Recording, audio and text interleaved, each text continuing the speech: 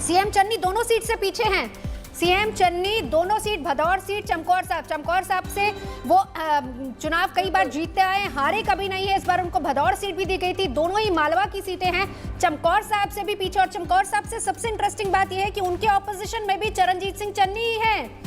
सिद्धू तीसरे नंबर पर, पहले नंबर पर या तो जीवन ज्योत आम आदमी पार्टी की हो सकती है या फिर विक्रम मजीठिया हो सकते हैं, लेकिन सिद्धू तीसरे नंबर पर अमृतसर ईस्ट से चल रहे हैं। बठिंडा से वित्त मंत्री मनप्रीत सिंह बादल पीछे। यहां पर बठिंडा का जिक्र करना इसलिए जरूरी है क्योंकि बठिंडा के बारे में, जैसा नोएडा के बारे में बहुत सारे मिथ हैं, वैसे बठिंडा के बारे में है कि जो भी बठिंडा से जीतता है उसी पार्टी की सरकार बनती है। पिछली बार मनप्रीत बादल जीते थे, 2017 में सरकार बनाई कांग्रेस ने। उससे पिछली बार अकाली दल का प्रत्याशी वहां से जीता था, अकाली दल ने सरकार बनाई थी। लेकिन इस बार अगर मनप्रीत बादल बठिंडा से पीछे हैं तो आगे कौन है उस पर भी नजर रहेगी। अमृतसर ईस्ट से तीसरे नंबर पर नवजोत सिंह सिद्धू जी। और जहां तक आपने मिथ की बात की है, मुझे लगता है यूपी में भी कई मिथ टूटने वाले हैं। बहुत सारे। नोएडा को लेकर बहुत बड़ा मिथ था एक्चुअली, और गोवा से प्रमोद सावंत इस समय पीछे हो गए। शुरुआती खबर थी कि वो सीएम साहब आगे चल रहे हैं, लेकिन अगला जो राउंड आया है उस पर वो पीछे हो गए। गोवा के पणजी सीट पर बीजेपी की बढ़त है अभी भी, लेकिन बड़ी खबर ये, प्रमोद सावंत फिलहाल पीछे। पतौरदा सीट से विजय सरदेसाई आगे है। गोवा की हम बात कर रहे हैं, गोवा का ये स्कोर कार्ड आपके सामने। स्क्वेलिम सीट से गोवा के सीएम प्रमोद सावंत चुनाव लड़े और वो इस समय पीछे चल रहे हैं। तो गोवा में भी काफी दिलचस्प मुकाबला इस समय चल रहा है। वहां पर ऊंट किस करवट बैठेगा, किसके पक्ष में ये मैच जाएगा, ये देखना भी बाकी है। तो हम बात कर रहे थे यूपी की।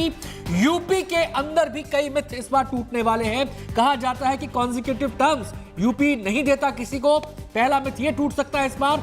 ये कहा जाता था कि जो भी सीएम नोएडा में आया वो नहीं। राघव चड्ढा क्या कह रहे हैं, पहले जल्दी से सुन लेते हैं। प्रभारी पंजाब की आम आदमी पार्टी की तरफ से। और नेचुरल रिप्लेसमेंट होगी कांग्रेस पार्टी की, और मोदी सरकार, आम आदमी पार्टी ही अब इन्हें चुनौती दे सकती है। अरविंद केजरीवाल जी ही, मेरा अपना मानना है कि आने वाले समय में भाजपा के प्रिंसिपल चैलेंजर होंगे राष्ट्रीय स्तर पे।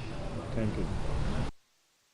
राघव चड्ढा बहुत ज्यादा कॉन्फिडेंट है। देखिए, जिस वक्त पंजाब में मैंने इनसे बात की थी तो ज्यादा कुछ बोल नहीं रहे थे, लेकिन हाँ कहीं ना कहीं करिश्मा जरूर जाएगा। 75 पर प्रतीक जी मैच हो गया, मतलब वो देख लीजिए, 75 तो आ ही गया। आपने 100 तक 75 to 100, तो ये कहीं ना कहीं वहीं जाके रुकेंगे, उसके पहले नहीं। अगर ऐसा होता है तो अपने आप में ये बहुत बड़ा रिकॉर्ड पंजाब में भी होगा। जी जी।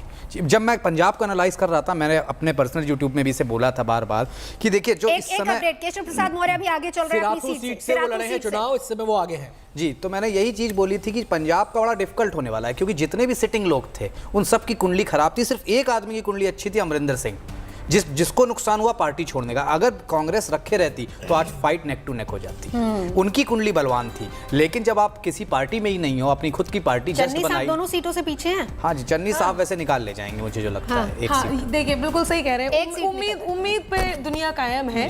तो मैं यही कहूंगी, अभी 2 सीट से पीछे चल रहे हैं। लेकिन आपकी बात को मैं थोड़ा सा बढ़ा देती हूँ प्रतीक जी। आपने एक बात कही है ना कि आम आदमी पार्टी को लेकर के जो आपने अभी यहाँ पर प्रेडिक्शन दी है, तो इसमें हम सबको विश्वास करना भी चाहिए, क्योंकि उसमें विश्वास का बहुत बड़ा हाथ है। मतलब मेरा मतलब है कि हमें विश्वास उस पर जरूर करना चाहिए।